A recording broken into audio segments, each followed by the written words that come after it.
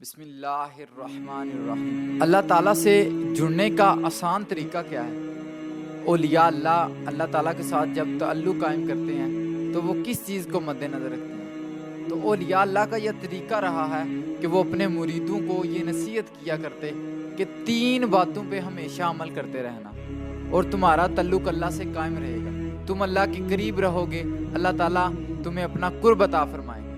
حضرت ذوالنون مصری کے حوالے سے بھی آتا ہے کہ ان کی مجلس لگی ہوئی تھی اور ان کے کافی مرید ان کے پاس بیٹھے ہوئے تھے، تو حضرت ذوالنون مصری اپنے مریدوں کو فرمانے لگے کہ میں تمہیں 3 باتوں کی نصیحت کرتا ہوں اور یہ قبول کرنا تاکہ تم اللہ کے قریب ہو سکو، اللہ تعالیٰ کے ساتھ اپنا تعلق قائم کر سکو۔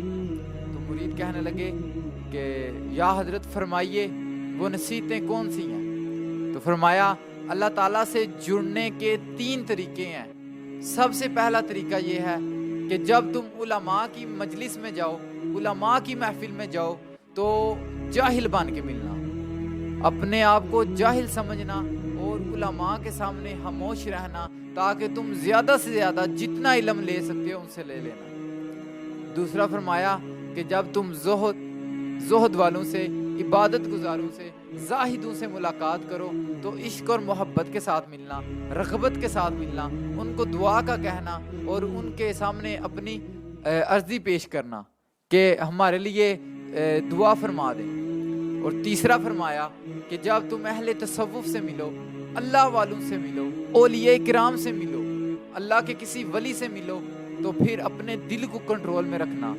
دل میں فرمایا علماء سے ملو تو زبان کو کنٹرول میں رکھنا، جاہل بن کے ملنا، اور جب اہل تصوف اولیاء سے ملنا ہے تو پھر اپنے دل کو کنٹرول میں رکھنا، اور اگر ایک دل کنٹرول میں نہ رہا تو پھر کیا کرنا؟ اس اللہ والے کی زیارت شروع کر دینا، تمہارا دھیان اس کی زیارت کی طرف لگ جائے گا اور تمہارا دل خود بخود اپنے کنٹرول میں آ جائے گا، اس میں کوئی برے خیالات وغیرہ نہیں آئیں گے۔ تو حضرت امام احمد بن حنبل کی جب مجلس لگتی تھی تو تقریباً 5000 علماء ان کی مجلس میں حاضر ہوتے تھے۔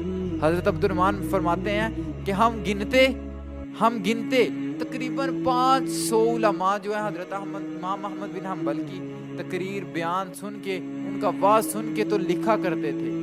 500 لکھا کرتے، لیکن زیادہ ہزاروں کی تعداد میں صرف ان کو دیکھا کرتے تھے، لکھا نہیں کرتے تھے۔ وہ کہتے تھے کہ ان کو دیکھنے سے، اور پوچھا جاتا کہ پھر تم محفل میں کرنے کے آتے ہو جب بیان لکھنا ہی نہیں ہے؟ تو وہ فرمایا کرتے کہ ہم ادب سیکھنے آتے ہیں، ہم عشق سیکھنے آتے ہیں۔ حضرت امام احمد بن حنبل رحمۃ اللہ تعالی علیہ، ان کی مجلس میں یہ ہوا کرتا تھا کہ لوگ صرف ان کی زیارت کرنے، ان سے ادب اور عشق سیکھنے کے لیے آتے تھے۔ امام مالک رحمہ اللہ کے ایک شاگرد ہیں، وہ فرماتے ہیں کہ میں امام مالک کے پاس 20 سال تک علم حاصل کیا، 20 سال تک پڑھا۔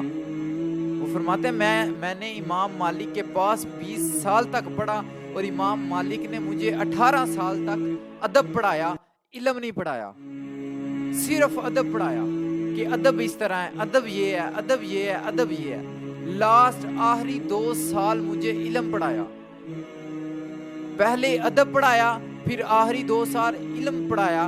اور فرمایا جب وہ امام احمد بن حنبل اس دنیا سے رخصت ہو گئے تو وہ فرماتے ہیں کہ میں روتا اور چیختا تھا، کاش وہ 2 سال بھی میں علم نہ پڑھتا، ادب پڑھ لیتا اور میرے وہ 2 سال ضائع نہ ہوتے۔ فرمایا کہ ادب میں یہ علامہ اقبال رحمۃ اللہ تعالی شاہ فرمایا کہ ادب پہلا کرینہ ہے محبت کے کرینوں میں۔ اگر حضور صلی اللہ علیہ وسلم کے ساتھ کوئی محبت کرنا چاہے، اللہ کے ساتھ کرنا چاہے، اللہ کے قرب کا ذریعہ تلاش کرنا چاہے تو اس کو پہلے ادب سیکھنا ہوگا۔ جب حضور کی بارگاہ میں کوئی حاضر ہوتا تو اللہ تعالیٰ صحابہ کو بھی حضور کی بارگاہ کا ادب سکھایا کرتے کہ حضور کے سامنے اونچی آواز سے نہیں بولنا، حضور کے گھر میں زیادہ دیر نہیں ٹھہرنا، فالتو باتیں ادھر بیٹھ کے نہیں کرنی، جب کھانا کھا چکو تو جلدی سے اپنے گھر چلے جاؤ۔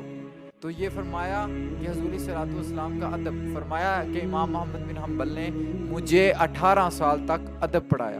حضرت ذوالنون مصری نے یہ 3 جو ہیں نصیحتیں کی، 3 طریقے بتائے اللہ تعالیٰ کے ساتھ جڑنے کے۔ ایک طریقہ یہ کہ علماء سے ملنا تو جاہل بن کے ملنا، دوسرا طریقہ یہ کہ جب زاہدوں سے ملنا تو دعا کے لیے کہنا، تیسرا طریقہ یہ کہ جب اللہ والوں اولیاء کرام سے ملنا تو پھر اپنے دل کو کنٹرول میں رکھنا اور ان کی زیارت سے مشرف ہو کے اپنے آپ کو قابو میں رکھنا